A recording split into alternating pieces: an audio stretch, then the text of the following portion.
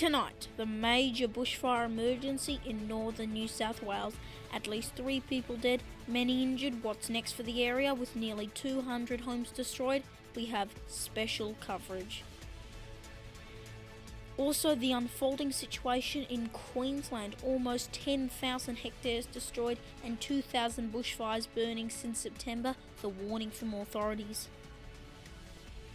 Barnaby Joyce's controversial comments about 2 of the 5 victims. And I acknowledge that the 2 people who died were most likely people who voted for the Green Party. And why does it matter? They're dead. They died in a bushfire.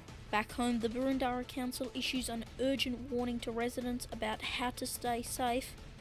And the forecast, what's next for locals ahead of what's tipped to be a summer scorcher.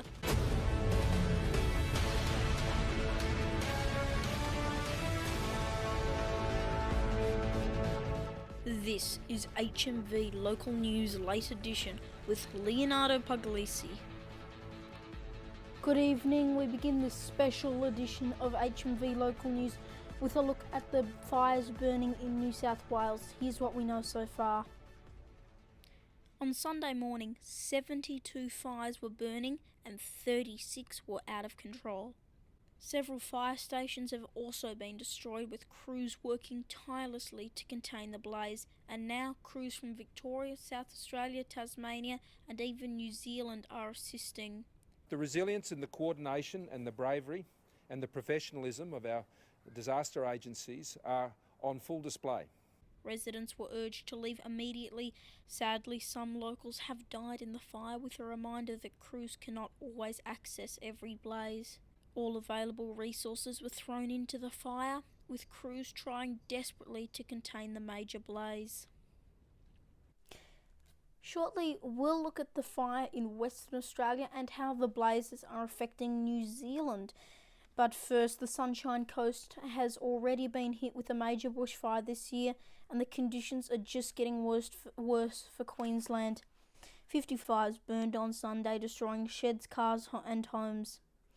There was also an unfolding situation near Rockhampton, with reports 1 property was destroyed. The fire moved onto the road, forcing crews to retreat. Fire has been pretty extreme, so yeah, we haven't seen one like this for quite a while. Flames and embers were reportedly everywhere, with The Guardian reporting a firefighter had suffered a broken leg, but no other injuries were reported at that stage.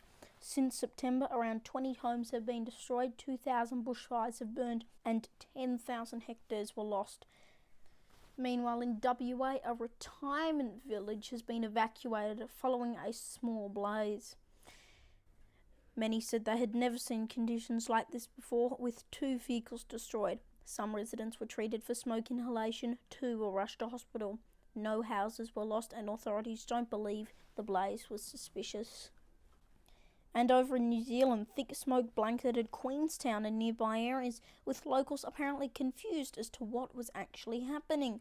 The smoke came across from the Tasman, with cars driving with their lights on in the middle of the day. Former Nationals leader Barnaby Joyce has apologised for comments he made about 2 of the victims in the New South Wales blaze.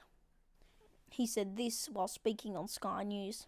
And I acknowledge that the 2 people who died were most likely people who voted for the Green Party, so I'm not going to start attacking them. That's the last thing I want to do. What I wanted to concentrate is on the policies that we can mitigate these tragedies happening again in the future. And why does it matter? They're dead. They died in a bushfire. Isn't that enough? No, I don't think these were appropriate comments in the circumstances. And the major blazes in 3 states has prompted an urgent warning back home, with the Boroondara Council telling residents how to prepare this summer. Common hazards include leftover building materials, branches, sticks and leaves. Council advises residents that clearing those hazards and, for example, regularly mowing your lawns would help to prevent fires. A new warning was issued to all Victorians on Thursday, with fears fires could burn as close to 10 kilometres to Melbourne CBD. And finally tonight, it's going to be an absolute summer scorcher. Temperatures are heating up, and here's the forecast. In the bushfire zone, Taree, partly cloudy, 26, Wollongong also 26, Newcastle 24 and cloudy, and in Richmond a sunny top of 31, some clouds. Over in Queensland, the Sunshine Coast 27 and sunny, Mackay 31 and sunny, and Townsville cloudy, a top of 31. Checking the capital cities now: Melbourne 26, Sydney 24, Canberra 27, Brisbane 28, Cairns 31, Darwin 34, Alice Springs 36, Perth 28, Broome 35, Adelaide 26, and Hobart 19. That's the forecast, and that is this special edition of HMV Local News to cover the ongoing bushfire emergency. Our latest videos can be easily seen using the hashtag HMV News, but from all of us here, I'm Leonardo Puglisi. Good night.